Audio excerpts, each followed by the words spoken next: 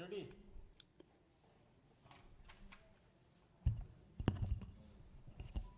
मित्रों नमस्कार। अपने बीच भारतीय जनता पार्टी के माननीय राष्ट्रीय प्रवक्ता एवं मणिपुर प्रदेश के प्रभारी डॉक्टर संबित पात्रा जी आपको संबोधित करेंगे।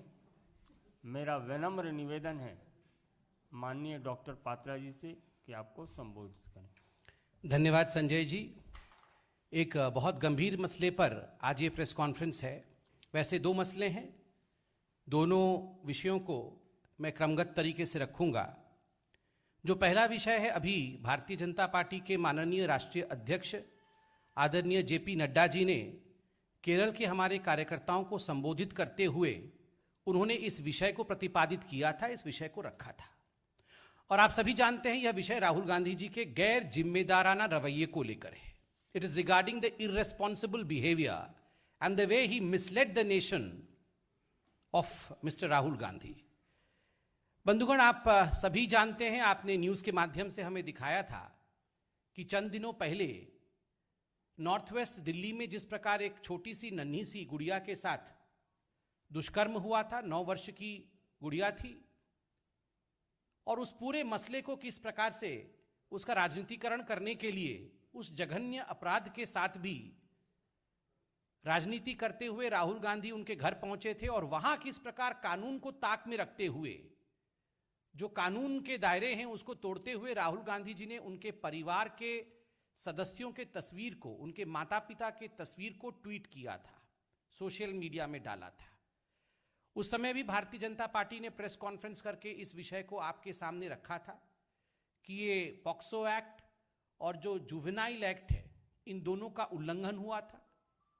कालक्रम में एनसीपीसीआर ने भी इस पूरे विषय का संज्ञान लेते हुए एनसीपीसीआर ने एक चिट्ठी लिखा था ट्विटर को, जो कि एक सोशल मीडिया का महत्वपूर्ण प्लेटफॉर्म है। उसका नतीजा रहा कि राहुल गांधी जी के ट्विटर अकाउंट को लॉक किया गया था। यह हम सब ने मीडिया के माध्यम से भी देखा था। दुखद विषय है कि इसमें पूरी तरह से संवेदनहीनता दिखाते हुए, राजनीति करते हुए राहुल गांधी जी के जो अनुयायी हैं कांग्रेस पार्टी में, उन्होंने मैं भी राहुल इस प्रकार का एक ट्रेंड चलाया था कि मैं भी राहुल। और उसमें बहुत दुखद है कि राहुल गांधी के अनुयायी जो कांग्रेस में मौजूद हैं, उन्होंने वही गलती की जो राहुल गांधी ने किया था। माता पिता के उसी तस्वीर को बिना ब्लर किए हुए, उनके आइडेंटिटी को रिवील करते हुए गैर कानूनी और गैर जिम्मेदाराना तरीके से उसे ट्वीट किया था। जब ये एक तरह से ट्विटर वॉर इत्यादि चलता रहा, तो बीच में खबर आई कि राहुल गांधी जी ने ट्विटर को एक चिट्ठी लिखा है। कांग्रेस पार्टी ने राहुल गांधी जी की तरफ से एक चिट्ठी लिखा है ट्विटर को, और कहा है कि राहुल गांधी जी ने परिवार के सदस्यों की जो तस्वीर ट्वीट की थी, that was after the due consent of the family of the victim. जो नन्ही सी बच्ची थी, उनके परिवार से हामी अर्थात कंसेंट लेने के बाद राहुल गांधी जी ने वो तस्वीरें ट्वीट की थी। जब ये कंसेंट लेटर, तथा कथित कंसेंट लेटर, कांग्रेस पार्टी द्वारा ट्विटर को भेजा गया, तो ट्विटर ने राहुल गांधी जी के अकाउंट को अनलॉक किया। ये हमने मीडिया के माध्यम से देखा। आज एक बहुत सनसनीखेज खुलासा हुआ, जिसके विषय में अभी माननीय अध्यक्ष जेपी नड्डा जी ने भी बताया। संवेदनहीनता की पराकाष्ठा उन्होंने कहा।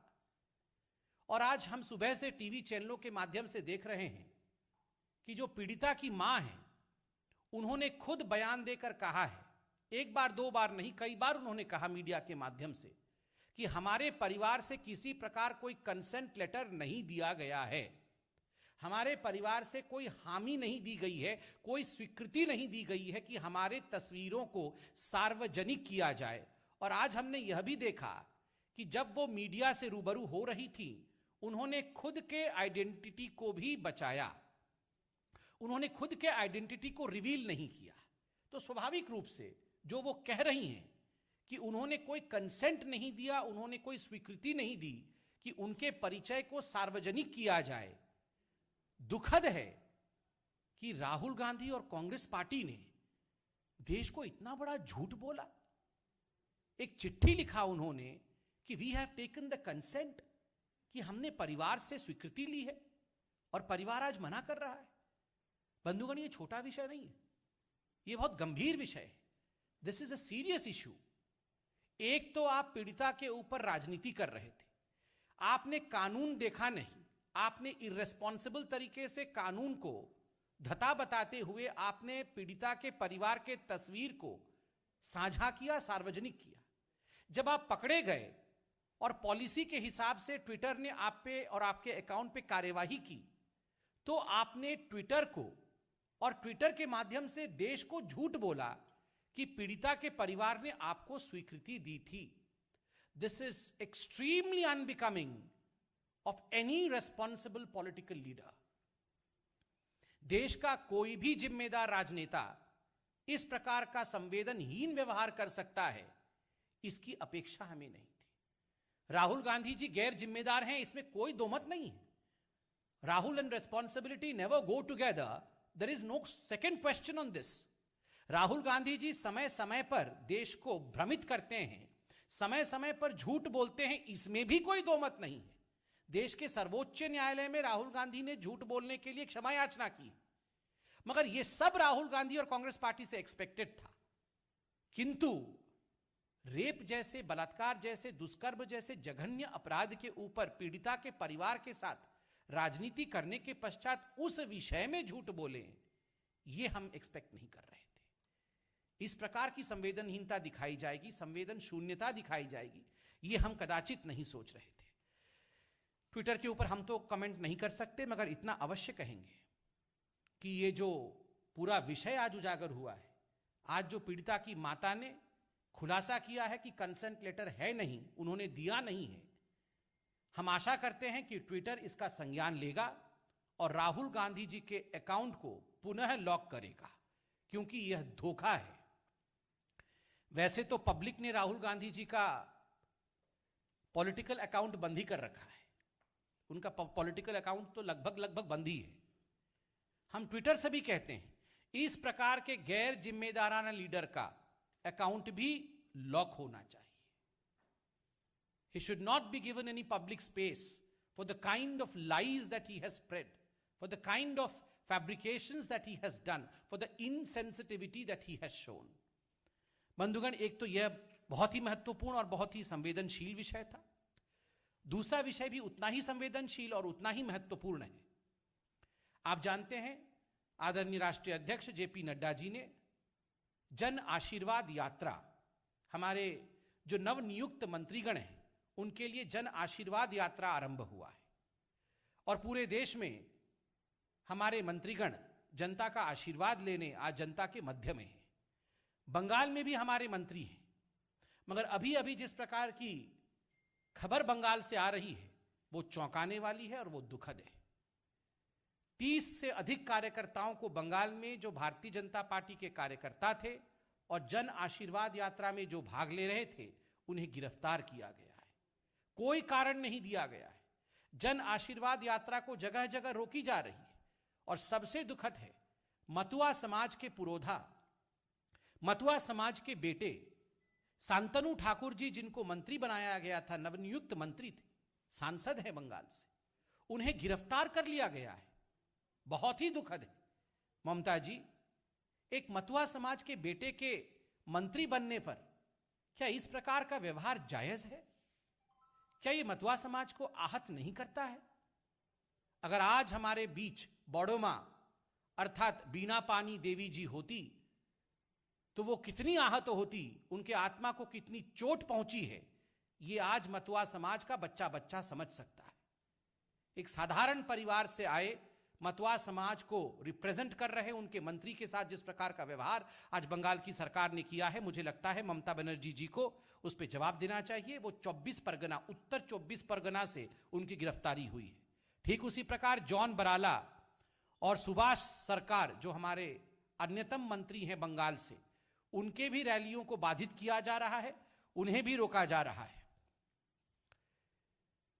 मुझे लगता है इस पूरे विषय का संज्ञान पूरा देश ले रही है।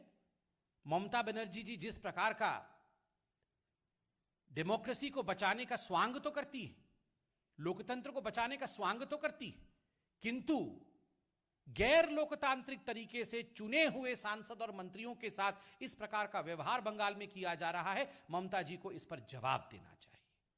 बहुत बहुत धन्यवाद बंधु। कोई प्रश्न हो तो अवश्य पूछे प्लीज।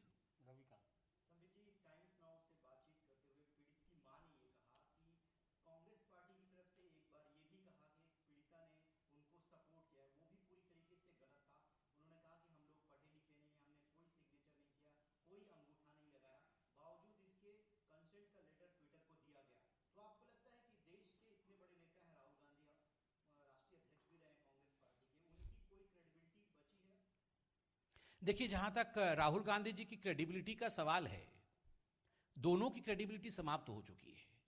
राहुल गांधी की क्रेडिबिलिटी समाप्त हो चुकी है and Congress also has lost its credibility. दोनों की कोई क्रेडिबिलिटी बाकी नहीं है।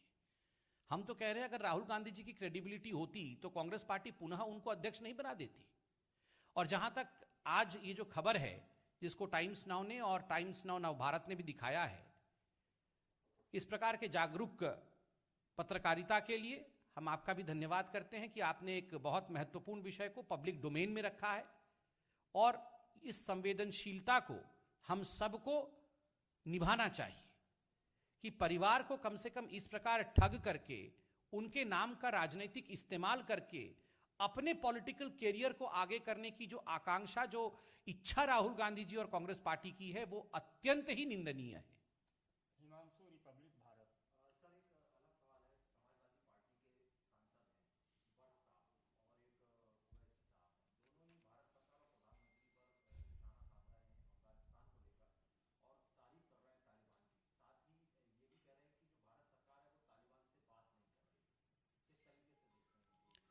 देखिए, जहां तक तालिबान और अफगानिस्तान का विषय है, इस पे भारत सरकार ने अपने वक्तव्य में स्पष्ट किया है कि जो भारतीय वहां पे अभी मौजूद हैं, किस प्रकार से उनकी सुरक्षा की चिंता करना, किस प्रकार से उनको इवैक्यूएट करना, ये भारत की प्रायोरिटी है। यूएनएससी में भी भारत ने अपने रिप्रेजेंटेटिव के माध्यम से अपने वक्तव्य को जाहिर किया है। ये सारे विषय पब्लिक डोमेन में मौजूद हैं। सरकार अपने इन सारे विषयों को लेकर चिंता भी कर रही है और इस विषय को पब्लिक के साथ साझा भी कर रही है। पार्टी के प्रवक्ता के नाते इससे अधिक मैं नहीं कहना चाहूंगा, किंतु कुछ राजनीतिक लोग जिनका नाम अभी समाजवादी पार्टी से आपने लिया, अगर इस पर राजनीति करने की चेष्टा कर रहे हैं, मुझे लगता है ये अत्यंत दुखद है। इस प्रकार की राजनीति नहीं होनी चाहिए, ये बहुत ही निंदनीय है।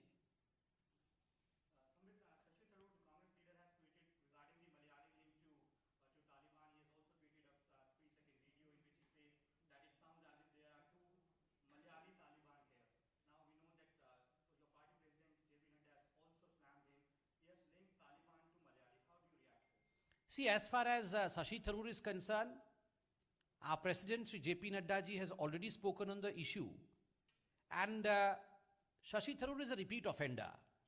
He is the same person who in the yesteryears had said Hindu Taliban for India, Hindu Pakistan for India. He had used such kind of phrases for India which had only demeaned India. So I firmly believe to expect anything good out of Shashi Tharoor and the Congress party for India is expecting a bit too much.